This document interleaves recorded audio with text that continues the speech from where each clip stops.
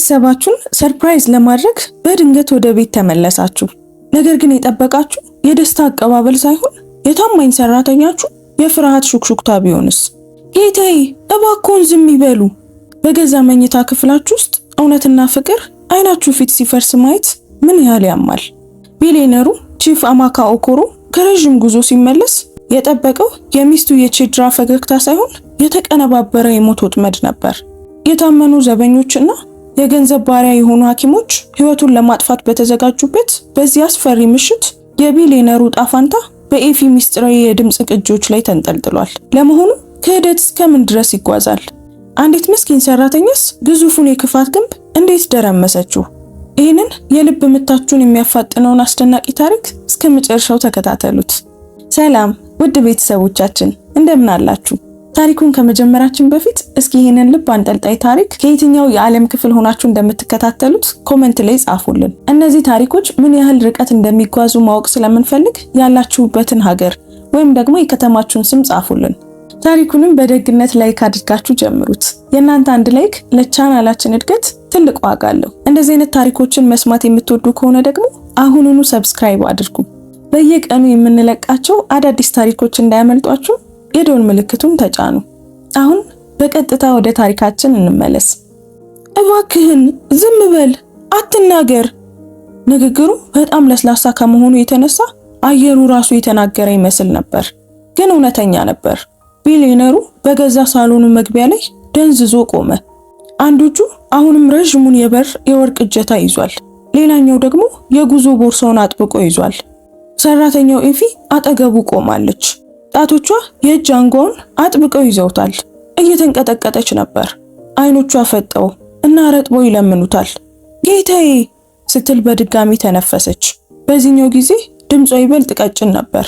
እባክዎ አይናገሩ፣ ዝም ይበሉ። በሳሎን ውስጥ የቻንዲለር መብራቶች በርተዋል። እንደ ሁል ጊዜው ብሩህና ንጹህ ናቸው። የእብነበረድ ወለሉ ያንጸባርቃል። የቆዳ ሶፋዎቹ ፍጹም ይመስላሉ። ትልቁ ቲቪ ጠፍቷል። ይህም ክፍሉን ባልተለመደ ሁኔታ ጸጥ እንዲል አድርጎታል። ሆኖም በአየር ውስጥ የሆነ ከባድ ነገር ይሰማ ነበር። ቤቱ ትንፋሹን የዋጠ ይመስላል። ከዚያም የሚስቱን ድምጽ ሰማ። አውሮፕላን ማረፊያ ስትቀበለው የምትጠቀምበት ያ ጣፋጭ ድምጽ አይደለም። ስጦታ ስትፈልግ የምትጠቀምበትም ያ ተጫዋች ድምጽ አይደለም። ይህ ድምጽ ረጋ ያለ ነበር። ጥንቃቄ፣ ቅዝቃዜ። ነግሬሃለሁ አለች ሚስቱ በቀስታ። እሱ ምንም ነገር አይጠረጥርም። የቢሊየነሩ ሆድ ተረበሸ። ያ የቺዴራ ድምጽ ነበር። ሚስቱ ከ5 ዓመት በፊት ያገባት ሴት፣ በስሙ በቤቱ እና በህይወቱ ሁሉ ያመናት ሴት፣ ግን እንደሌላ ሰው ነበር የምትናገረው። ልክ የሷን ፊት እንደለበሰ እንግዳ ሰው። አንድ ሰው በዝቅተኛና በተዝናና ድምጽ መለሰላት። እና ቀድሞ ቢመለስስ? ቺዴራ ሳቀች። ትንሽ ጸጥ ያለ ከሞላ ጎደል ለስላሳ የሆነ ሳቅ። ከዚያም የቢሊየነሩ ልብ እንዲታመምና እንዲመታ ያደረገ አንድ ነገር ተናገረች። ቀድሞ ቢመለስ? ቺዴራ ለማለት የተሻለውን መንገድ እንደምታስብ ይመስል ዝም አለች። ከዚያ በጭራሽ ዳግመኛ እንዳይወጣ እናደርጋለን። የቢሊየነሩ አይኖች ፈጠጡ። ደሙ ከፊቱ ላይ ሲሸሽ ተሰማው። ኤፊ ወደፊት ሮጣ ሁሉንም ነገር እንዳይበላሽ ይመስል የእጅ አንጓውን አጥብቃ ያዘችው። ቢሊየነሩ ሳይታዩ ወደ ክፍሉ ለማየት ትንሽ ጎንበስ አለ። ከቆመበት ቦታ በከፊል ብቻ ነው ማየት የሚችለው፣ የሳሎኑን አንድ ጥግ ብቻ። ነገር ግን ያየው ነገር ሰውነቱን ለማቀዝቀዝ በቂ ነበር። ቺዴራ በሳሎኑ መካከለኛ ጠረጴዛ አጠገብ ቀለል ያለ የሐር ልብስ ለብሳ ቆማለች። ጸጉሯ በስነ ስርዓት ተጠቅልሏል። ፊቷ ተራ ነገሮችን የምታወራ ይመስል ዘና ብሏል። ከፊት ለፊቷ አንድ ሰው በሶፋው ላይ ተቀምጧል። ፊቱ በአቀማመጡ ምክንያት ተደብቋል። ሌላ ሰው ደግሞ መጠጥ ማቅረቢያው አካባቢ ቆሟል። ቤቱን በደንብ እንደሚያውቅ ሰው በቀስታና በጸጥታ ይንቀሳቀሳል። በመስታወት ጠረጴዛው ላይ በቤቱ ውስጥ የማይገቡ ነገሮች ነበሩ።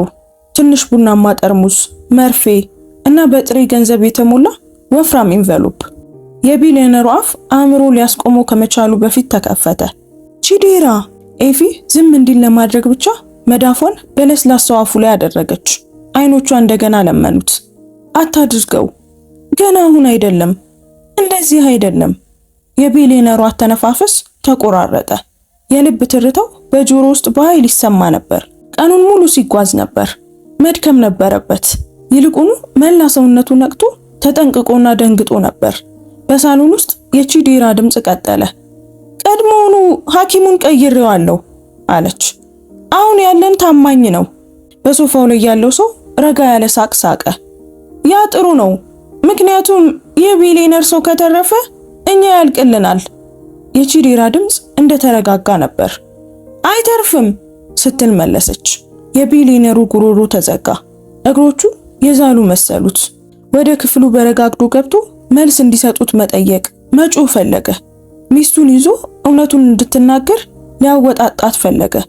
ነገር ግን የኤፊ እጅ አሁንም አፉን እንደሸፈነው ነበር። በአይኖቿ ውስጥ ያለው ፍርሃት በህይወቱ ከሰማው ከማንኛውም ማስጠንቀቂያ በላይ ጠንካራ ነበር። ኤፊ ወደ ጆሮ ተጠጋች። ከንፈሮቿ በጭራሽ አልተንቀሳቀሱም ነበር። ጌታዬ፣ ይህንን ከዚህ በፊትም አድርገዋል ስትል በሹክሹክታ ተናገረች። የቢሊየነሩ አይኖች ወደ ፊቷ ተወረወሩ። ከዚህ በፊት? አይምሮ የምን ከዚህ በፊት እያለ ይሮጥ ነበር። አንድ ሰው ከመሞቱ በፊት፣ አንድ ሰው ከመጥፋቱ በፊት ማለት ነው። አንድ ሰው ከመጎዳቱ በፊት ሊጠይቃት ፈለገ፣ ግን አልቻለም። ምክንያቱም በሳሎን ውስጥ የቺዲራ ድምፅ ይበልጥ ለስላሳ ሆነ። ዛሬ ማታ አለች። እንጨርሰዋለን። የቢሊየነሩ ጉልበቶች ሊከዱት ምንም አልቀራቸውም። በሚያቃጥሉ አይኖች ወደ ሳሎን ተመለከተ። አይምሮ ያንኑ ነገር ደጋግሞ ይጮህ ነበር። ይህ እውነት አይደለም፣ ይህ እውነት ሊሆን አይችልም። ግን ቡናማው ጠርሙስ እውነተኛ ነበር። መርፌውም እውነተኛ ነበር። ገንዘቡም እውነተኛ ነበር። የሚስቱ ድምፅ ቀዝቃዛና እርግጠኛ፣ እሱም እውነተኛ ነበር። ኤፊ እጇን ቀስ ብላ ካፉ ላይ አነሳች። ነገር ግን ጣቷን በገዛ ከንፈሮቿ ላይ ተጭና አቆየች። የዝምታ ትዕዛዝ። እንደ ልጅ በፍጥነት ራሱን ነቀነቀ። አሁን ገባው። አንድ ድምፅ ቢያሰማ ሊዞሩ ይችላሉ እና ከዞሩ ምን ሊያደርጉ እንደሚችል ማሰብ እንኳን አልፈለገም። ኤፊ በጥንቃቄ ወደ ኋላ ሳበችው። አንድ እርምጃ በአንድ ጊዜ ከሳሎን መግቢያው አራቀችው። ቢሊየነሩ ልክ በህልሙ እንደሚሄድ ሰው ተከተላት። አይምሮ እየተሽከረከረ ነበር። ስሙ ቺፍ ኤሜካ ኦኮሮ ይባላል። በናይጄሪያ ውስጥ ካሉ ቢሊየነሮች መካከል አንዱ ነው። ፊቱ በመጽሔቶች ላይ ይወጣል። ኩባንያዎቹ በሌጎስ፣ በአቡጃ፣ በፖርት ሃርኮት እንዲሁም በለንደንም አሉ። የግል ጠባቂዎች፣ አሽከርካሪዎች፣ ሰራተኞች፣ የደህንነት ካሜራዎች አሉት። ታዲያ ይህ ቢሊየነር አደጋ እንዴት በገዛ ሳሎን ውስጥ እንዲህ ሊቆም ይችላል? የገዛ ሚስቱ እንዴት ያንን የምትፈቅድ ትሆናለች? የመተላለፊያ መንገዱ ጥግ ደረሱ። ኤፊ ቆማ ማንም እንዳላያቸው ለማረጋገጥ በፍጥነት ዙሪያውን ተመለከተች። ከዚያም የእንግዳ ማረፊያ መታጠቢያ ቤትና ትንሽ የማከማቻ ክፍል ወዳለበት የጎን መተላለፊያ በፍጥነት ወሰደችው። የማከማቻ ክፍሉን በር በሚንቀጠቀጡ እጆች ከፈተችው። በውስጡ የጽዳት ዕቃዎች፣ መጥረጊያዎች፣ ባልዲዎችና የተነባበሩ ካርቶኖች ነበሩ። የሳሙናና የበረኪና ሽታ ይሸታል። ማንም አስፈላጊ ሰው የማይገባበት ቦታ ይመስላል። ኤፊ በቀስታ ወደ ውስጥ ገፋችውና አሁንም ወደ ውጪ ማየት እንዲችሉ በሩን በከፊል ዘጋችው። ቢሊየነሩ በካርቶኖቹ መካከል ቆሞ ልክ እንደሮጠ ሰው በከፍተኛ ሁኔታ ይተነፍስ ነበር። ኤፊ ግድግዳውን ተደግፋ ቆመች። እጆቿ ይንቀጠቀጣሉ፣ አይኖቿ ረጥበዋል። ኤፊ ሲል ቢሊየነሩ በሹክሹክታ ተናገረ። ቃላቱን ማውጣት እንኳን አቅቶት ነበር። ምንድነው እየሆነ ያለው? ኤፊ በህመም ስሜት ምራቋን ዋጠች። ጌታዬ፣ ይሄንን ነገር ለረጅም ጊዜ ልነግሮት እፈልግ ነበር። ቢሊየነሩ ትኩር ብሎ ተመለከታት። ለረጅም ጊዜ። ራሱ እንደገና ዞረ። ለምን ያህል ጊዜ ሲል ጠየቀ። ድምፁ እየተቆራረጠ ነበር። ኤፊ እንባ እንዳያዘገያት የፈራች ይመስል ፊቷን በፍጥነት ጠረገች። ካገቡበት የመጀመሪያ ዓመት ጀምሮ ጌታዬ ተናገረች። የቢሊየነሩ አይኖች ፈጠጡ። ያ ማለት ከ4 ዓመት በፊት ማለት ነው። 4 ዓመታት የፈገግታ የእራት 4 ዓመታት። አሁን ከሰማው አንጻር የሱን የመጨረሻ ከምታቅድ ሰው ጋር አልጋ መጋራት። ደረቱ ልክ ገመድ የታሰረበት ይመስል ጥብቅ አለ። ምን አደረገች ሲል ጠየቀ። የኤፊ ከንፈሮች ተንቀጠቀጡ። ወደ ታች ተመለከተች። ከዚያም እንደገና ወደ ላይ። ልክ እፍረትንና ፍርሃትን በአንድ ጊዜ የምትታገል ትመስላለች። እሷ ሰዎችን ታገኝ ነበር፣ ወንዶችን፣ እንግዶችን፣ አንዳንዴ በሌሊት፣ አንዳንዴ እርሶ ሲጓዙ። በኋለኛው በር በኩል ይመጣሉ። የቢሊነሩ አይምሮ ያንን ምስል ሳለው እና ሊያቅለሸልሸው ምንም አልቀረውም። ለምን አልነገርሽኝም? በሹክሹክታ ጠየቃት። የኤፊ አይኖች እንደገና በእንባ ተሞሉ። ጌታዬ ሞክሬ ነበር አለች በፍጥነት። ግን በሞከርኩ ቁጥር ታስጠነቅቀኝ ነበር። ብትናገሪ ትጠፊያለሽ ትለኝ ነበር። መጥፋት ያ ቃል እንደ ጭስ በአየሩ ላይ ተንጠለጠለ። ቢሊነሩ በተቆራረጠ ትንፋሽ ተነፈሰ። የጠፋ ሰው አለ ሲል ጠየቀ። ኤፊ መጀመሪያ አልመለሰችም። ዝምቷ መልሱ ነበር። የቢሊነሩ ልብ በከፍተኛ ሁኔታ መታ። ኤፊ ሲል በዝቅተኛ ግን አጣዳፊ በሆነ ድምፅ ወተወታት። ንገሪኝ። የኤፊ ድምፅ ቀጭን ሆኖ ወጣ። የቀድሞ ሹፌር ስትል በሹክሹክታ ተናገረች። አቶ ኦሉሙዲ። የቢሊነሩ ፊት ተጨማደደ። ኦሉሙዲ እሱ ቺዴራን ከማግባቱ በፊት ይሰራለት የነበረ ሹፌሩ ነው። ኦሉሙዲ ለዓመታት ታማኝ ነበር። ከዚያም አንድ ቀን ሰውየው መምጣት አቆመ። የሉም ወደ መንደሩ ተመልሷል ተባለ። ቢሊነሩ እንዲፈለጉ ገንዘብ እንኳን ልኮ ነበር፣ ግን ማንም ሊያገኘው አልቻለም። የቢሊነሩ አፍ ደረቀ። እያልሽኝ ያለሽው? ድምፁ ተሰነጠቀ። የሆነ ነገር አደረገችበት ጌታዬ። ኤፊ በጣም በቀስታ አንዴ ራሷን ነቀነቀች። በስልክ ስታወራ ሰምቻታለሁ ተናገረች። እሱ ብዙ ነገሮችን አይቷል አለች። ከዚያም በሚቀጥለው ቀን አቶ ኦሉሙዲ ዳግመኛ አልመጣም። ቢሊነሩ ከስሩ ያለው ወለል የተንቀሳቀሰ መሰለው። ራሱን ለማረጋጋት ካርቱን ተደገፈ። ይህ በጣም ትልቅ፣ በጣም ጨለማ እና የማይቻል ነበር። ሆኖም ግን በገዛ ቤት ውስጥ እየሆነ ነበር። አሁኑኑ ኤፊ መንቀጥቀጡን ማቆም እንደማትችል ሁሉ እጆቿን በዩኒፎርሟ ላይ ጠረገች። ጌታዬ ስትል በሹክሹክታ ቀጠለች። ለዛሬ ማታ የሆነ ነገር እያቀዱ ነው። ስለ መድኃኒት፣ ስለ ገንዘብ እና ስለ ሐኪም ሲያነሱ ሰምቻለሁ። የቢሊነሩ አይኖች በሩ። ሐኪም ሲል ደገመው። ኤፊ ራሷን በአዎንታ ነቀነቀች። አዎ በሳሎን ውስጥ ያለው ሰው እሷ የበላይ እንደሆነች አድርጎ ሊቀመንበር እያለ ሲጠራት ነበር። ሊቀመንበር ቺዴራ። ሚስቱ የክፉ ነገር መሪ ሆናለች። የቢሊነሩ ሆድ እንደገና ተገለባበጠ። ለማሰብ ሞከረ። የደህንነት ኃላፊውን መጥራት ነበረበት። ፖሊስ መጥራት ነበረበት። ከዚያም ስልኩ በኪስ ውስጥ ጠራ። በጸጥታው የማከማቻ ክፍል ውስጥ ድምፁ ትልቅ ሆኖ ተሰማ። የቢሊነሩ አይኖች በድንጋጤ ወደ ኪሱ ሄዱ። በፍጥነት ስልኩን አወጣ። ስክሪኑ በደመቀ ሁኔታ አበራ። ቺዴራ ሚስቱ አሁን እየደወለችለት ነው። የኤፊ አይኖች በፍርሃት ፈጠጡ። ጌታዬ ስትል ተነፈሰች። መናገር እንኳን ያቃታት ትመስላለች። አትመልሱ። ቢሊነሩ ስክሪኑን ትኩር ብሎ ተመለከተ። አውራ ጣቱ በአረንጓዴው ቁልፍ ላይ አንዣበበ። ከመለሰ እቤት እንዳለ ታውቃለች። ካልመለሰ ደግሞ የሆነ ነገር ልትጠረጥር ትችላለች። ልቡ በደረት ውስጥ በኃይል መታ። ስልኩ መጥራቱን ቀጠለ። የጥሪው ዜማ ኮሪደሩን ሊሞላውና በማከማቻ ክፍሉ በር ስንጥቅ ውስጥ ሊያልፍ አስፈራራ። ቢሊነሩ አንድ ጥላ በመተላለፊያው በኩል ሲንቀሳቀስ አየ። የሆነ ነገር ሰምቶ ለማየት እንደሚወጣ ሰው በቀስታ የሚመጡ እርምጃዎች። ኤፊ እንደገና የእጅ አንጓውን ያዘችው እና እየተንቀጠቀጠች በሹክሹክታ እንዲህ አለች። ጌታዬ ሰው እየመጣ ነው። ቢሊነሩ ትንፋሹን ዋጠ። ከደጅ ውጭ ያለ ጥላ እያደገ ሲመጣና የሚስቱ ጥሪ ሲቀጥል ያንን የሚያበራ ስልክ ትኩር ብሎ ተመለከተው። ከዚያም ጥሪው ቆመ። ቢሊነሩ ስለመለሰ ሳይሆን ጥሪው በራሱ ስለተቋረጠ ነው። ቺፍ አሚካ ኦኮሮ የሞባይል ስልኩን ጨለማ ስክሪን ልክ እንደነከሰው ነገር ትኩር ብሎ ተመለከተው። ኤፊ ለረጅም ጊዜ አፍና የቆየችውን ትንፋሽ ተነፈሰች። ትከሻዎቿ ትንሽ ዘና አሉ። ነገር ግን በፊቷ ላይ ያለው ፍርሃት አልጠፋም ነበር። ከማከማቻ ክፍሉ ውጪ እርምጃዎቹ ቆሙ። አንድ እርምጃ፣ ከዚያም ሌላ፣ ቀስ ያለ፣ ጥንቃቄ የተሞላበት። እዚያ ሰው አለ። ቺፍ አሚካ በቀስታ ስልኩን ወደ ኪሱ ከተተና ጀርባውን ከተነባበሩት ካርቶኖች ጋር አጣበቀ። ደረቱ በጣም በፍጥነት ይወጣና ይወርድ ነበር።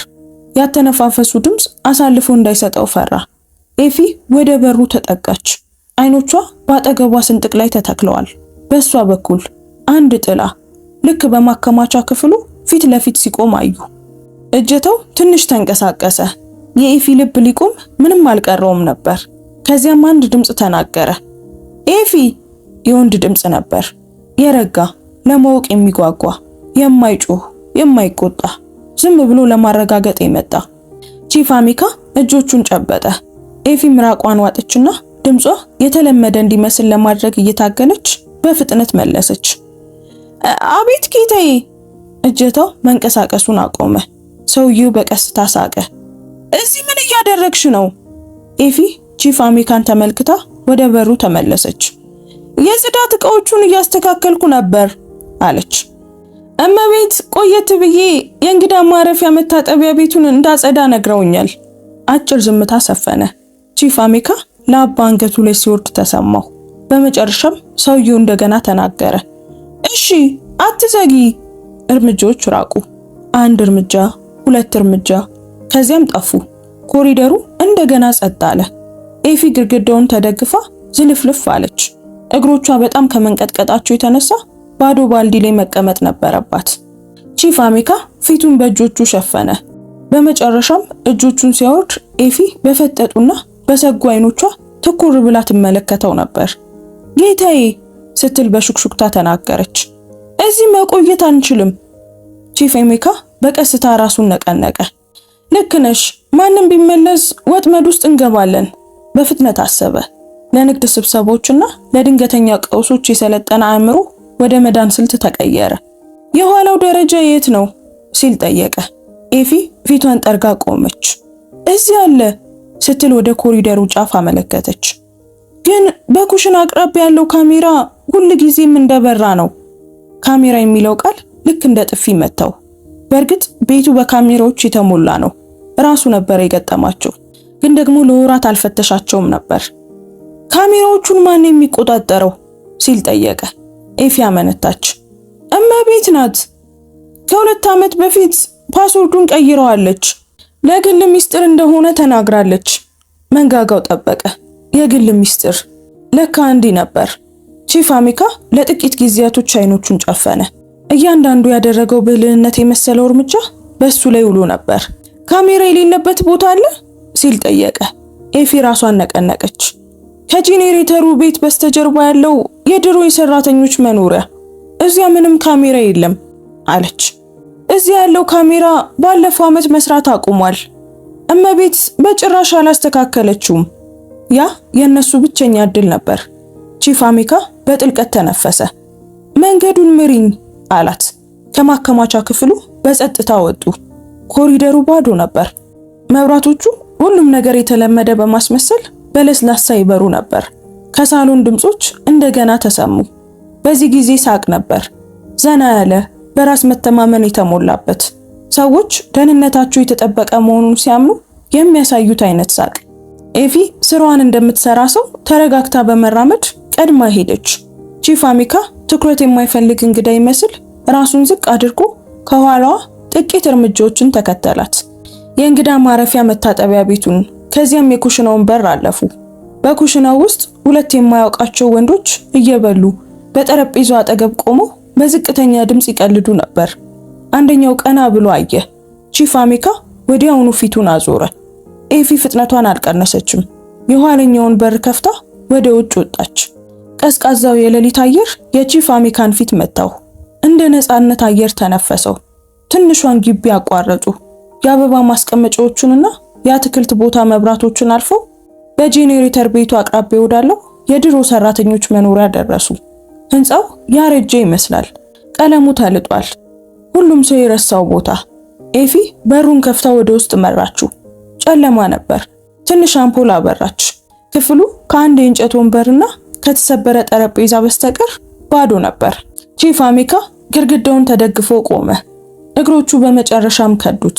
ተንሸራቶ ወለሉ ላይ ተቀመጠ። ወደ ቤት ከመጣ በኋላ ለመጀመሪያ ጊዜ ድንጋጤ ሙሉ በሙሉ ተሰማው። ሚስቴ አለ በጎርናና ድምፅ። ቺዴራ እንድሞት ትፈልጋለች። ኤፊ ምንም አላለችም። እጆቿን አጣጥፋ አይኖቿ በህመም ተሞልተው እዚያው ቆመች። ቺፍ አሚካ ቀና ብሎ ተመለከታት። ከዚህ ጋር ለምን ያህል ጊዜ ኖርሽ ሲል ጠየቃት። የኤፊ ድምፅ ጸጥ ያለ ነበር። በጣም ረጅም ጊዜ ጌታዬ። በቀስታ ራሱን ነቀነቀ። አዝናለሁ፣ በጣም አዝናለሁ አላት። በመገረም አይኖቿን አርገበገበች። አዝናለሁ ደገመችው። ማዳመጥ ነበረብኝ አላት። ምልክቶቹን ማየት ነበረብኝ። እኔ ሁልጊዜ ስራ ላይ ነበርኩ። ሁልጊዜ እጓዝ ነበር። ሁልጊዜም ሰዎችን አምን ነበር። ኤፊ ወደ ሌላ አቅጣጫ ተመለከተች። እሷ በጣም ጥንቁቅ ናት አለች። በሰዎች ፊት ደግና ለስላሳ ናት። ሁሉም ሰዎች ይወዷታል። ቺፍ አማካ መራራ ሳቅ ሳቀ። አሁን በዝግጅቶች ላይ እመቤት ይሏታል። ክፍሉ እንደገና በዝምታ ተሞላ። ከዚያም ቺፍ አማካ ቀጥ ብሎ ተቀመጠ። እቅድ ያስፈልገናል አለ በቁርጠኝነት። ኤፊ ራሷን ነቀነቀች። አሁን ጌታዬ ተነስቶ በቀስታ መመላለስ ጀመረ። ዛሬ ብጠፋ እሷ ታሸንፋለች። ያለ በቂ ማስረጃ ብጋፈጣት ሁሉንም ነገር ትክዳለች። የኤፊ አይኖች ፈጠጡ። ታለቅሳለች አለች በፍጥነት። ትደነግጣለች። ሰዎችንም ትጠራለች። ተደማጭነት ያላቸውን ሰዎች። አሁን ራሱን ነቀነቀ። ከዚያም እኔ እብድ ባል ብቻ ሆናለሁ ሲል ጨረሰው። ሁለቱም እውነት መሆኑን ያውቁ ነበር። ቀድሞውኑ ሐኪሙን ትቆጣጠራለች። ኤፊ በለስላሳ ድምፅ ጨመረች። ጠባቂዎቹስ? አንዳንዶቹ ለሷ ይታዘዛሉ። ቺፍ አሚካ መመላለሱን አቆመ። የትኞቹ ጠባቂዎች ሲል ጠየቀ። ኤፊ የሁለቱንም ስም ጠቀሰች። ያመናቸው ሰዎች፣ የሾማቸው ሰዎች። ደረቱ እንደገና ጠበቀ። ይህንን ነገር ስንት ሰው ያውቃል ሲል ጠየቃት። በቂ ኤፊ መለሰች። አደገኛ ለመሆን የሚበቃ። ቺፍ አሚካ እንደገና ስልኩን አወጣ። በዚህ ጊዜ ሳይለንት አደረገው። ማስረጃ ያስፈልገኛል አለ። ጠንካራ ነገር። ኤፊ አመነታች። ከዚያም ወደ ኪሷ ገባች። እጆቿ እየተንቀጠቀጡ አንድ ትንሽ አሮጌ ስልክ አወጣች። ይህ አለኝ አለች። ቺፍ አሚካ ትኩር ብሎ አያት። ምንድነው? የድምጽ ቅጂዎች ናቸው ስትል በሹክሹክታ ተናገረች። የተወሰኑ ንግግሮችን ቀርጬ ነበር። ሁሉንም አይደለም፣ ግን ደግሞ በቂ ነው። አይኖቹ ፈጠጡ። ቀርጸሻታል? ኤፊ ራሷን ባውንታ ነቀነቀች። ፈርቼ ነበር ስትል አመነታች። ፈርቼ ነበር ስትል አመነች። ግን አንድ ቀን ሊያስፈልገኝ እንደሚችል አውቅ ነበር። ቺፍ አሚካ ስልኩን ልክ እንደ ተሰባሪ ነገር በጥንቃቄ ተቀበላት። ይህ ህይወቴን ሊያተርፈው ይችላል አላት። ኤፊ ምራቋን ዋጠች። ወይም ደግሞ የኔን ሊያጠፋው ይችላል አለች በጸጥታ። በጥልቀት ተመለከታት። በአንቺ ላይ ምንም ነገር እንዲደርስ አልፈቅድም። እጠብቅሻለሁ። ከመመለሷ በፊት ከውጭ የእግር ኮቴ ድምፅ ተሰማ። ሁለቱም ደነገጡ። የበር እጀታው ተንቀጠቀጠ። የቺፍ አሚካ ልብ ዘለለ። የሚታወቅ ድምፅ ከውጭ ተናገረ። ኤፊ! ቺዴራ ነበረች፣ ሚስቱ። ድምጿ ጣፋጭ፣ አሳቢ፣ ግን የውሸት መሰለው። ቺፍ አሚካ ትንፋሹን ዋጠ። የኤፊ ፊት ገረጣ። ኤፊ! ቺዴራ በድጋሚ ተጣራች። በሩን በቀስታ አንኳኳች። እዚህ ነሽ? ኤፊ ቺፍ አሚካን ተመለከተችው። አይኖቿ በቃል ልታወጣው ያልቻለችውን ጥያቄ ጠየቁ። ምን ላድርግ? ቺፍ አሚካ በፍጥነት አሰበ። ቺዴራ ኤፊን ብቻዋን ካየቻት ምንም ላትጠረጥር ትችላለች። ግን ክፍሉን ብትፈትሽስ? ዙሪያውን ተመለከተ። የሚደበቅበት ቦታ አልነበረም። ማንኳኳቱ እንደገና መጣ። በዚህ ጊዜ ጠንከር ያለ ነበር። ኤፊ! አለች ቺዴራ፣ ድምጿ ትንሽ እየተቀየረ። በሩን ክፈቺ! ኤፊ በቀስታ ወደፊት ሄደች። እጇ በእጀታው ላይ አንዣበበ። ቺፍ አሚካ ትንፋሹን ዋጥ አድርጎ በክፍሉ በጣም ጨለማ ጥግ ላይ ራሱን አጣበቀ። ኤፊ በሩን ከፈተች። ቺዴራ ባህር ልብሷ ቆማ በለስላሳ ፈገግታ ታየች። እዚህ ነሽ ለካ አለች ቺዴራ። እየፈለኩሽ ነበር።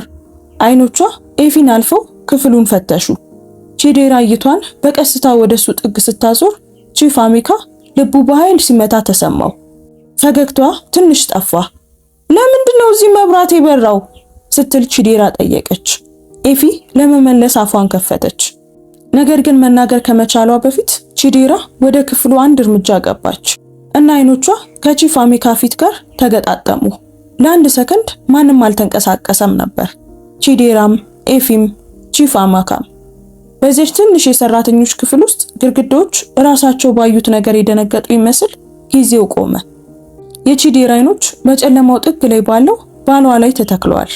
በሺዎች የሚቆጠሩ ማይሎች ርቆ ይገኛል ብላ ያመነችው ሰው በጥንቃቄ ወደ አዘጋጀችለት ወጥመድ ውስጥ ቀጥታ ይገባል ብላ ያሰበችው ቢሊየነር በፊቷ ላይ ያለው ፈገግታ ወዲያውኑ አልጠፋም። ይልቁኑ አይምሯ ከአይኖቹ ጋር እስኪግባባ ድረስ ጊዜ የሚፈልግ ይመስል ዝንጥንጥ ብሎና ግራ ተጋብቶ እዚያው ቆመ። አሜካ አለች በለሰለሰ ድምጽ። ድምጿ ትንሽ ግን የተንቀጠቀጠ ነበር። ቺፍ አሜካ በቀስታና በተረጋጋ ሁኔታ ወደ ብርሃኑ አንድ እርምጃ ወጣ። ልቡ በኃይል ይመታ ነበር፣ ግን ፊቱ ረጋ ያለ ነበር። አሁን እኔ ነኝ። ኤፊ ከቺዲራ ጀርባ በዝግታ ትንፋሿን ዋጠች። ቺዲራ አጭርና የጭንቀት ሳቅ ሳቀች። አንተ ቀድመ መጥተሃል? ለምንድን ያልደወልክልኝ? ቺፍ አሜካ ፊቷን በጥንቃቄ አጠና። ይህች ህይወቱን ያካፈላት ያመናት ሴት ነበረች። ሆኖም አሁን ስለሷ ያለው ነገር ሁሉ እንግዳ ሆኖ ተሰማው። ሰርፕራይዝ ላደርግሽ ፈልጌ ነው ሲል መለሰ። የቺዲራ አይኖች እንደገና ወደ ክፍሉ ተወረወሩ። ከዚያም ወደሱ ተመለሱ። በዚህ ጊዜ ፈገግታዋ ተመለሰ፣ ይበልጥ ደምቆ ነበር። አስደነገጥከኝ እኮ አለች እጇን ደረቷ ላይ አድርጋ። መንፈስ ያየው ነበር መሰለኝ። ቺፍ አሜካ ምንም አላለም፣ ዝም ብሎ ተመለከታት። ቺዲራ ወደ ኤፊ ዞረች። ለምንድን ነው እዚህ ከባሊ ጋር ያለሽው ስትል ቀለል ባለ ድምጽ ጠየቀቻት። ይህ የጽዳት ሰራተኞች አሮጌ ዕቃዎችን የሚያስቀምጡበት ቦታ አይደል? የኤፊ ከንፈሮች ተንቀጠቀጡ። እመቤት እኔ ዝም ብዬ በቃ አለች ቺፍ አሜካ። ድምፁ በዝግታ ይወጣ ነበር። ቺዲራ ደነዘዘች፣ ወደሱ ዞረች። የድምፁ ቃና ተቀይሯል። ወደ ቤት እንደሚመለስ ባል ለስላሳ ቃና አልነበረም። የረጋ ቁጥጥር ያለው ግን አደገኛ ነበር። ትወናው ይብቃ ሲል ቀጠለ። ሰምቼሻለሁ። ቺዲራ አይኖቿን አርገበገበች። ሰምተኸኛል ስትል ደገመችው። አሁን በሳሎን ውስጥ ከእንግዶችሽ ጋር ስታወሪ። ፈገግቷ መረበሽ ጀመረ። እንግዶች አለች ግራ እንደተጋባ ሰው እየመሰለች። የምን እንግዶች? ወንዶቹ አላት። ገንዘቡን፣ መርፌውን፣ ጠርሙሱንም አይቻለሁ። ከዚያ በኋላ የነበረው ዝምታ ከባድ ነበር። ኤፊ ትንፋሿን ዋጠች። ቺዲራ ለረጅም ጊዜ ቺፍ አሜካን ትኩር ብላ ተመለከተችው። ከዚያም ረጅም ጊዜ ሲጫወት ቆይቶ እንደተያዘ ሰው በቀስታ ተነፈሰች። እንግዲህ አለች በለስላሳ ድምጽ። ይህ በጣም አሳዛኝ ነው። የድምጿ መቀየር ኤፊን እንድትንቀጠቀጥ አደረጋት። ያ ጣፋጭነት ጠፋ፣ ሙቀቱ ተወገደ። በምትኩ ስለታም፣ ቀዝቃዛና እውነተኛ ነገር መጣ። ስለዚህ ሰምተሃል አለች ቺዲራ። የቺፍ አሜካ ደረት ጠበቀ። ልትገይኝ አቅደሽ ነበር አላት። ቺዲራ ትከሻዋን ሰበቀች። ቢዝነስ ነው ስትል መለሰች። ኤፊ በጣም ደነገጠች። ቺፍ አሜካ መሬት ከእግሩ ስር የተንሸራተተ መለሰው። ቢዝነስ? እኔ እኮ ባልሽ ነኝ። ቺዲራ ሳቀች። በዚህኛው ጊዜ ግን በሳቋ ውስጥ ፍርሃት አልነበረም። አይ አለች፣ አንተ ለኔ እድል ነበርክ። ቺፍ አሜካ ትኩር ብሎ ተመለከታት። ያለኝ ነገር ሁሉ ስትል በረጋ መንፈስ ቀጠለች። ከስምህ፣ ከገንዘብህ፣ ከኩባንያህ የመጣ ነው። አንዴ ከሄድክ በኋላ ደግሞ ሁሉንም ነገር እኔ እወስዳለሁ። የኤፊ እግሮች ተንቀጠቀጡ። ቆይ እንዴት እንደዚህ ትያለሽ ሲል ቺፍ አሜካ ጠየቀ። ቺዲራ እጆቿን አጣመረች። ምክንያቱም ፍቅር ዋጋ አይከፍልም አለች። ስልጣን ግን ይከፍላል። ቃላቶቹ ከማንኛውም ቢላዋ በላይ በጥልቀት ወጉት። ቺፍ አሜካ ራሱን በቀስታ ነቀነቀ። አምኜሽ ነበር ቺዲራ አላት። ተከላክዬልሻለሁ። ይህንን ህይወት ካንቺ ጋር ገንብቻለሁ። እኔ ደግሞ ተጠቀምኩብህ። ቺዲራ ያለ ምንም እፍረት መለሰች። ሁለታችንም የፈለግነውን አግኝተናል። ኤፊ በእንባ ተሞላች። እመቤት እባክሽን ስትል ጮኸች። ጌታዬ ጥሩ ሰው ነው፣ በአንቺ ላይ ምንም አላደረገም። ቺዲራ በድንገት ወደሷ ዞረች። ዝም በይ ስትል ጮኸችባት። ኤፊ ደነገጠች። ቺዲራ ወደ ቺፍ አሜካ ተመለከተች። አየህ፣ ሰራተኞች ቦታቸውን ማወቅ ያለባቸው ለዚህ ነው። ቺፍ አሜካ ወደፊት ተራመደ። እሷን ከዚህ ውስጥ አውጫት አለ። ቺዲራ ራሷን ዘመም አደረገች። ካልሆነ ምን ታደርጋለህ? ስትል ጠየቀችው። ለፖሊስ ልትከሰኝ ነው? ከንፈሮቿ ወደ ፈገግታ ተቀየሩ። ማን ያምንሃል? መልስ ከመስጠቱ በፊት ድምጿን ከፍ አድርጋ ጠባቂዎች አለች። ኤፊ አይ ብላ ጮኸች። ከውጭ ከባድና ፈጣን የእግር ኮቴ ተሰማ። በሩ ተገፍቶ ተከፈተ። ሁለት የታጠቁ ጠባቂዎች ወደ ውስጥ ገቡ። ኤፊ ያስጠነቀቀችው እነዚያው ጠባቂዎች ነበሩ። ቺፍ አሚካን ሲያዩ ደነገጡ።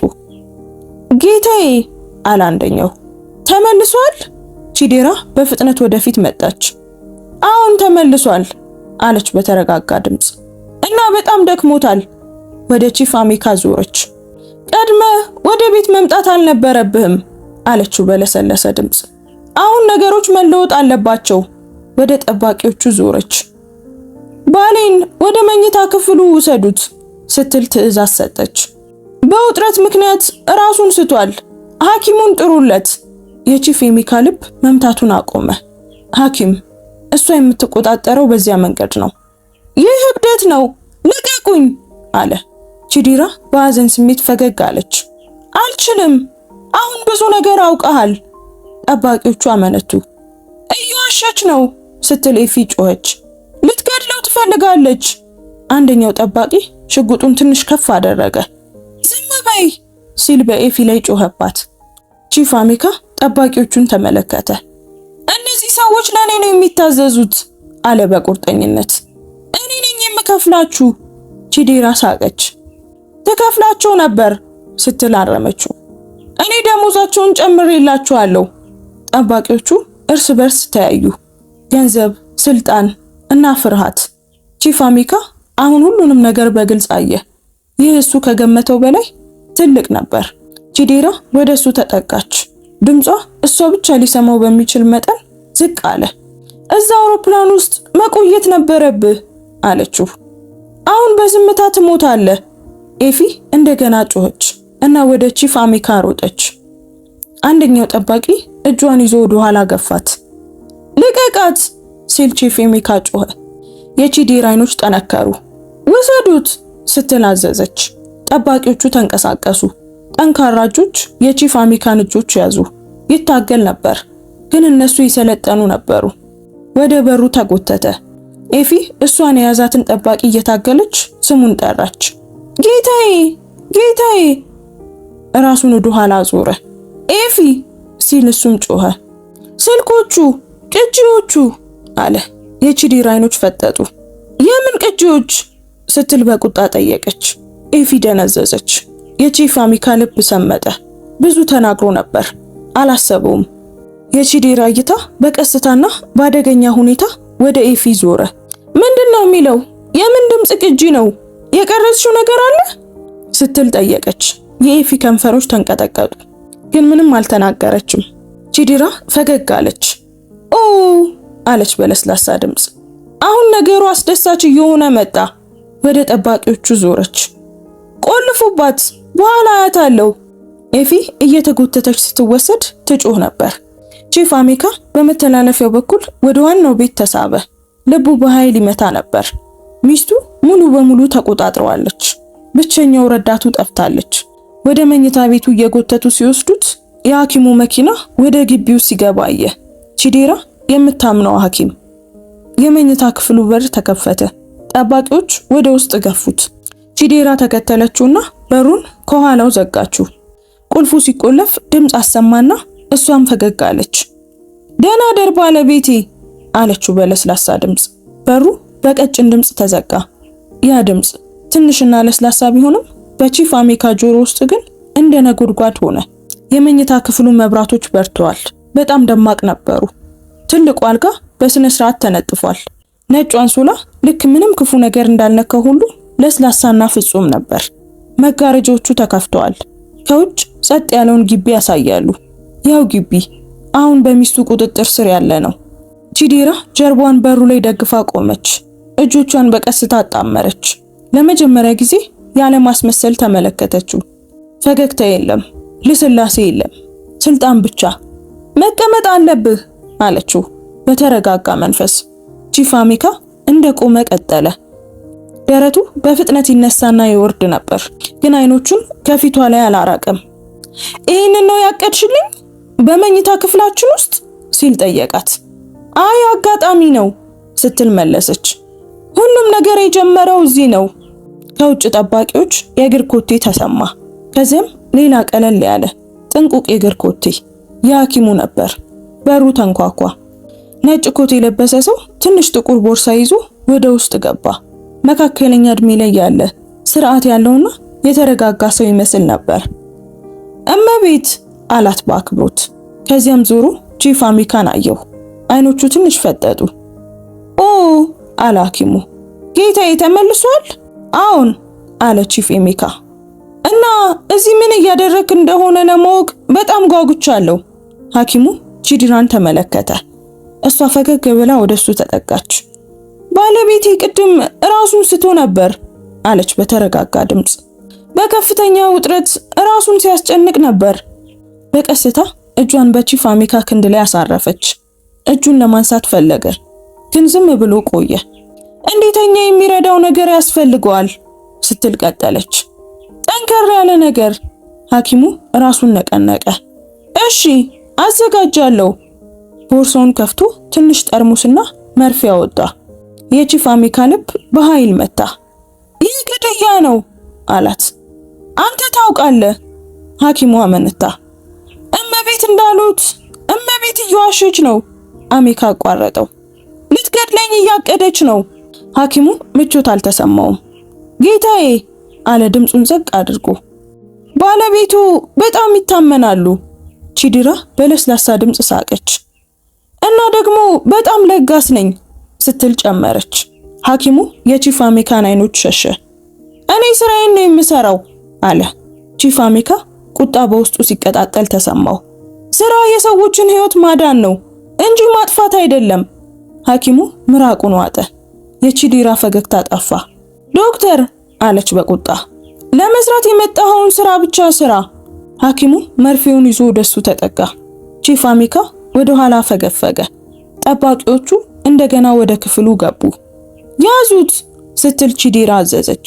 እጆቹን በኃይልና በጥብቅ ሁኔታ ያዙት። ይታገል ነበር፣ ግን ምንም ዋጋ አልነበረውም። ቺዲራ ሲል ጮኸ። ተመልከችኝ፣ ይህ ነገር በጥሩ ሁኔታ አይጠናቀቅም። ትኩር ብላ አየችው። የዛሬ ማታ ያበቃል አለች። በቂ ጊዜ ጠብቄያለሁ። ሐኪሙ መርፌውን ከፍ አደረገ። መርፌው በመብራቱ ስር አንጸባረቀ። ቺፍ አሚካ ለሰኮንድ አይኖቹን ጨፈነ፣ በፍርሃት ሳይሆን በትኩረት። ከዚያም ተናገረ። ይህንን ከማድረግ በፊት አለ በረጋ መንፈስ፣ ስለ ቅጂዎቹ ጠይቃት። ቺዲራ ደነዘዘች። የምን ቅጂዎች ሲል ሐኪሙ ጠየቀ። ጠባቂዎቹም ቆሙ። የቺዲራ አይኖች በራ። ተወው ስትል ተቆጣች። ግራ ተጋብቷል። አይ አለ አሚካ፣ ግራ አልተጋባውም። እሱ ለማወቅ ጓጉቷል፣ ደግሞ ሊያውቅም ይገባዋል። ሐኪሙ እንደገና አመነታ። እመቤት ሲል ጠየቀ። ቺዲራ ወደ ቺፍ አሚካ ዞረች። ቀድሞውኑ ብዙ ተናግረሃል። አይ ገና አይበቃኝም ሲል መለሰላት።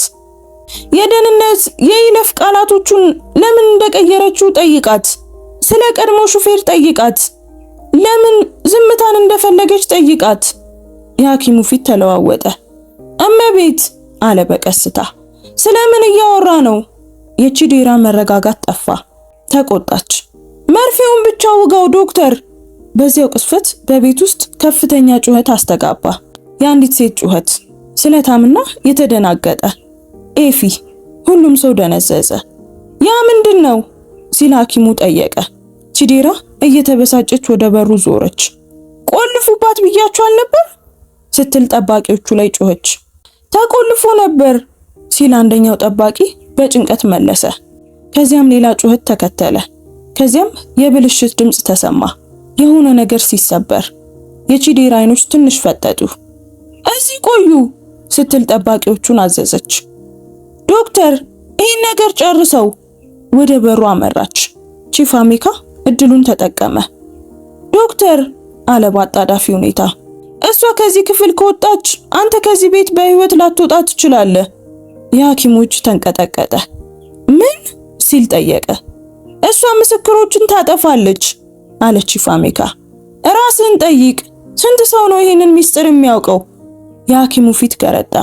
ሌላ ጩኸት በዚህ ጊዜ ቀረብ ብሎ አስተጋባ እና አንድ ከፍተኛ የወንድ ድምፅ ይሄንን በር ክፈቱ ሲል ጮኸ። ቺዲራ ቆመች። ያ ድምፅ እዚያ መሆን አልነበረበትም። ፊቷ ጠነከረ። ያ ማን ነው ስትል ጠየቀች። ምንም መልስ ሳይሰጥ የመኝታ ክፍሉ በር ተገፍቶ ተከፈተ። 3 ወንዶች የታጠቁና ሲቪል ልብስ የለበሱ ወደ ውስጥ ገቡ። ከኋላቸው አንድ የሚታወቅ ፊት ቆሞ ነበር። የቺፍ አሚካ ልብ በደስታ ዘለለ። ቹካ ሲል ጮኸ። ቹካ የቤቱ የግል የደህንነት ኃላፊ ነበር። በህይወቱ የሚያምነው ብቸኛው ሰው። ቺዲራ ወደ ኋላ ፈገፈገች። ይህ ምንድነው ስትል ጮኸች። እንዴት ወደ መኝታ ክፍሌ ለመግባት ትደፍራለህ? ቹካ ችላ አላት። አይኖቹ በቺፍ አሚካ ላይ ተተክለዋል። ጌታዬ አለ ድምፁ ጠበቅ ብሎ። ደህና ኖት? ደህና ሆናለሁ ቹካ ሲል ቺፍ አሚካ መለሰ። ከዚህ ካስወጣኸኝ ደህና ሆናለሁ። ቹካ ጠባቂዎቹ አመነቱ። ቺዲራ ጮኸች። አትስሙት፣ እኔም መቤታችሁ ነኝ። ቹካ ሽጉጡን ትንሽ ከፍ አደረገ። እኔ ለቺፍ ኤሚካ ኦኩሮ ነው የምታዘዘው አላት። ሁልጊዜም። ጠባቂዎቹ በቀስታ ለቀቁት። የቺዲራ ፊት በቁጣ ተለወጠ። አንተ ከዳተኛ ስትል ተፋችበት። ቹካ አይኑን አላርገበገበም። እመቤት ማስረጃ አለን አላት። ቺዲራ በዱርዬነት ሳቀች። ማስረጃ? ከማን? ከሰራተኛዋ ነው? ቹካ ራሱን ነቀነቀ። አሁን ከሰራተኛዋ። የቺፍ አሚካ ደረት ጠበበ። ኤፊ የት ናት ሲል በፍጥነት ጠየቀ። የቹካ ፊት ጠቆረ። አምልጣለች አለው። የቺዲራ ፈገግታ ጠፋ። ምን ስትል በሹክሹክታ ጠየቀች። ሁሉንም ቀርጸዋለች። ቹካ ቀጠለ። እናም ልከዋለች። የቺዲራ አይኖች በድንጋጤ ፈጠጡ። ወዴት ነው የላከችው ስትል ጮኸች። ቹካ መልስ ሳይሰጥ ቺዲራ በጠረጴዛው ላይ ያለውን ትንሽ ጠርሙስ አንስታ ግድግዳው ላይ ወረወረችው። እናም ተሰበረ። ፈሳሹ በየቦታው ተረጨ። እኔ የምወድቅ ከሆነ ስትል ጮኸች። እሱን ይዤ ነው የምወድቀው። ወደ ቺፍ አሚካ ተወረወረች። ሐኪሙም ሽጉጥ ብሎ ጮኸ። ሁሉም ነገር በአንድ ጊዜ ሆነ። የተኩስ ድምፅ ተሰማ። መስታወት ተሰበረ። ቺዲራ ጎኗን ይዛ ወደ ኋላ ወደቀች። ቺፍ አሚካ ወደፊት ተንገዳገደ። ጭስ ክፍሉን ሞላው። በጆሮ ውስጥ ካለው ጩኸት በላይ ቹካ ጌታዬ ዝቅ ይበሉ እያለ ሲጮህ ተሰማ። ተጨማሪ የእግር ኮቴዎች ወደ ቤቱ ሲገቡና የማንቂያ ደውሎች ሲጮሁ ቺፍ አሚካ አንድ ነገር በግልጽ ተረዳ። ይህ አሁን ስለ መትረፍ ብቻ አልነበረም፣ ስለ መጋለጥም ነበር። እናም አሁን የጠፋ ሰው ነበር። ኤፊ የትም ብትሆን የመጨረሻውን እውነት የያዘችው እሷ ነበረች። እናም ሌሊቱ ገና አላበቃም ነበር። ክፍሉ በጭስ ተሞልቶ የማንቂያ ደውሎች በቤት ውስጥ ሲጮሁ የኬሚካሉ ሽታ የቺፍ አሚካን አፍንጫ አቃጠለው። ቀይ መብራቶች ከጣሪያው ላይ ብልጭ ድርግም ይሉ ነበር። ያንን ያማረ መኝታ ክፍል ወደ ቅዠት ትዕይንት ቀየሩት። ቺዲራ ወለሉ ላይ ተኝታለች። የሐር ልብሷ በጎኗ በኩል በደም ጠቁሯል። ያ የረጋና ኃያል የነበረው ፊቷ በህመምና ባለማመን ተለውጧል። ታሪኩ እንዴት በሷ ላይ እንደተቀየረ እንዳልገባት ሁሉ ቺፍ አሚካን ትኩር ብላ ተመለከተችው። አንተ ስትል በሹክሹክታ ተናገረች። መሞት ነበረብህ። ቺፍ አሚካ ደንዝዞ ቆመ። ልቡ በጣም ከመምታቱ የተነሳ ሌላ ነገር መስማት እንኳን አልቻለም። ቹካ በፍጥነት ተንቀሳቀሰ። ዶክተር ወደ ኋላ ሂድ ሲል አዘዘ። ዶክተሩ ወዲያውኑ መርፌውን ጥሎ እጆቹ እየተንቀጠቀጡ ወደ ላይ አነሳ። እዚህ ይደርሳል ብዬ አላሰብኩም ነበር አለ ሐኪሙ በድንጋጤ። ዝም ብሎ እንዲተኛ ለማድረግ ብቻ እንደሆነ ነግራኝ ነበር። ቹካ አልመለሰለትም። ከሰዎቹ ሁለቱ ክፍሉን ለመቆጣጠር መጡ። መርፌውን በእግራቸው ገፍተው አራቁት እና ጭሱን ለማስወገድ መስኮቶቹን ከፈቱ። ሌላ የተኩስ ድምፅ ከሩቅ ተሰማ። ከዚያም የፖሊስ ድምጾች። ቤቱ ተከቦ ነበር። ቺፍ አሚካ በቀስታ ወደ ቺዲራ ተራመደ። እያንዳንዱ እርምጃ ከባድ ነበር። አንድ ጊዜ ወደ ወደዳት ሴት ቁልቁል ተመለከታት። አልጋውን ወደ ተካፈለችው፣ ግድያውን እንደ ንግድ ሥራ ወደ አቀደችው ሴት። ለምን ቺዲራ ለምን ሲል በቀስታ ጠየቃት። ቺዲራ በደካማ ሁኔታ ሳቀች። አሁንም አልገባህም አይደል አለች። እንዳንተ ያሉ ወንዶች ፍቅር በቂ ነው ብለው ያስባሉ። አይኖቿ በቁጣ ይቃጠሉ ነበር። ግን እኔ ከፍቅር በላይ ፈልጌ ነበር። ዓለምህን ነበር የፈለኩት። ቺፍ አሜካ ራሱን ነቀነቀ። ሁሉም ነበረሽ እኮ አላት። ሁሉንም ነገር ሰጥቼሽ ነበር። አይ ስትል በሹክሹክታ መለሰች። አንተ ፈቃድ ብቻ ነው የሰጠኸኝ። ስልጣንህን መንጠቅ ነበረብኝ። ከውጭ ሳይረኖች ይጮሁ ነበር። የእግር ኮቴዎች መተላለፊያውን ሞሉት። ዩኒፎርም የለበሱ መኮንኖች መሳሪያ ይዘው ወደ ውስጥ ገቡ። ፖሊስ ነው፣ ማንም እንዳይንቀሳቀስ። ቹካ እጆቹን አነሳ። እኛ ከናንተ ጋር ነን አላቸው። ቺፍ አሜካ ኦኮሮ ተጎጂው ነው። መኮንኖቹ በፍጥነት ተንቀሳቀሱ። ቀደም ብለው ቺፍ አሜካን ይዘው የነበሩት ጠባቂዎችን አሰሩ። ዶክተሩ በካቴና ታሰረ። እያለቀሰና እየለመነ ነበር። ቺዲራ ለመቀመጥ ሞከረች። በህመም ተጨማደደች። ሁለት መኮንኖች ወደ እሷ መጡ። ወይዘሮ ቺዲራ ኦኮሮ አላት አንደኛው። በግድያ ሙከራ፣ በሴራና በተያያዙ ወንጀሎች በቁጥጥር ስር ውለሻል። ቺዲራ እንደገና በደካማና በተሰበረ ድምጽ ሳቀች። ይሄ ነገር እዚህ ጋር ያበቃል ብላችሁ ታስባላችሁ? ስትል ጠየቀች። ብቻዬን የሆንኩ ይመስላችኋል? የቺፍ አሜካ ልብ ጠበቀ። ምን ማለትሽ ነው? ሲል ጠየቃት። ለመጨረሻ ጊዜ አይኖቿን ወደሱ አዞረች። ሰዎች አሉ እናም ይመጣሉ ስትል በሹክሹክታ ተናገረች። ከኔ የሚበልጡ ሰዎች ናቸው። ማንም መልስ ሳይሰጥ በፊት የሕክምና ባለሙያዎች ገብተው በቃሬዛ አንስተው ወሰዷት። እየወሰዷት ሳለ አይኖቿ ከቺፍ አሜካ ላይ አራቁም ነበር። በፍቅር ወይም በጸጸት ሳይሆን በዛቻ ነበር የምትመለከተው። መኝታ ክፍሉ ጸጥ አለ። አሁን አደጋው አልፏል፣ ግን ፍርሃቱ እዚያ ቀርቷል። ቺፍ አሜካ ጉልበቱ አልቆ በአልጋው ጠርዝ ላይ ተቀመጠ። ቹካ በፊቱ ተንበረከከ። ጌታዬ አለው በለስላሳ ድምፅ። አሁን ደህና ኖት? ቺፍ አሜካ በቀስታ ራሱን ነቀነቀ። ለኤፊ ምስጋና ይግባው ሲል መለሰ። ቹካ በረጅሙ ተነፈሰ። በህይወት አለች አለው። ግን ለጥቂት ነው የተረፈችው። ቺፍ አሜካ በፍጥነት ቀና ብሎ ተመለከተ። የት ናት? በበሩ አቅራቢያ ባለው የደህንነት ጣቢያ ናት። በጄኔሬተሩ በኩል አምልጣ የደህንነት ስርዓቱ ላይ የድንገተኛ ጊዜ ማስጠንቀቂያውን አብርታው ነው አለው። የቺፍ አሜካ አይኖች በእንባ ተሞሉ። ህይወቴን አተረፈችው ሲል ተናገረ። አብረው በመተላለፊያው በኩል ተራመዱ። ቤቱ አሁን የተለየ ይመስል ነበር። የሚያምር አስተማማኝ አይደለም። ዝም ያለና ባዶ። በደህንነት ጣቢያው ቺፍ አሜካ አያት። ኤፊ በብርድ ልብስ ተጠቅልላ በፕላስቲክ ወንበር ላይ ተቀምጣለች።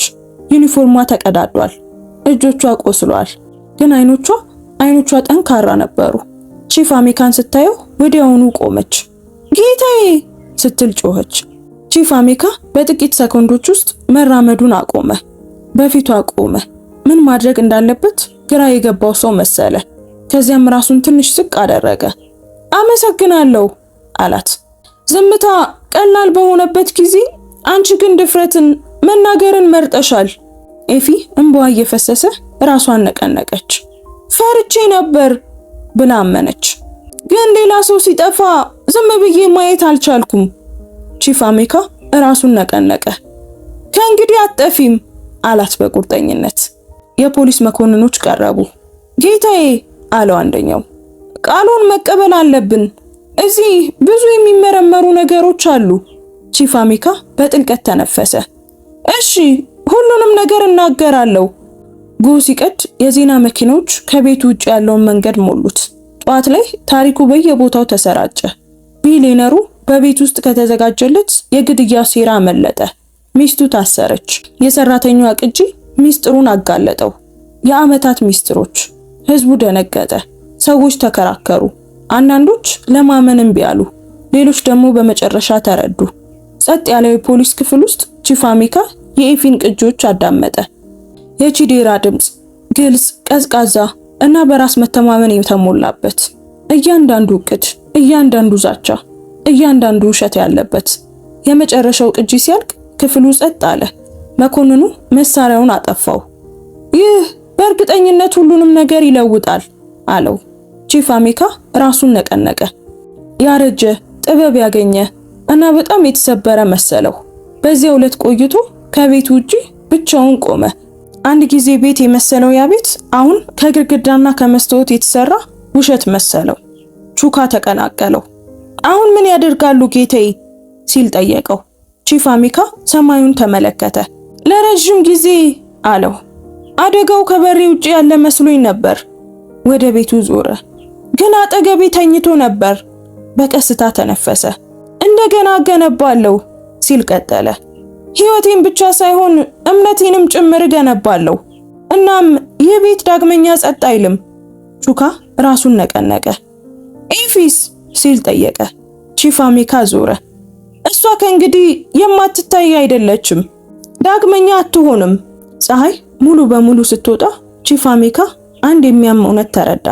ገንዘብ ግድግዳዎችን ሊገዛ ይችላል። ስልጣን ዝምታን፣ መከበርን ሊገዛ ይችላል። ነገር ግን የአንድ ቢሊዮነርን ሕይወት ያተረፈው የሰራተኛዋ ድፍረት ነበር። አትናገር ጌታዬ፣ ዝም በል ብላ በሹክሹክታ የተናገረች ያቺን አንዲት ድምፅ የመናገር ድፍረት። እናም ሌሊቱ ምንም እንኳን ቢያበቃም የእውነቱ ውጤት ግን ገና መጀመሩ ነበር።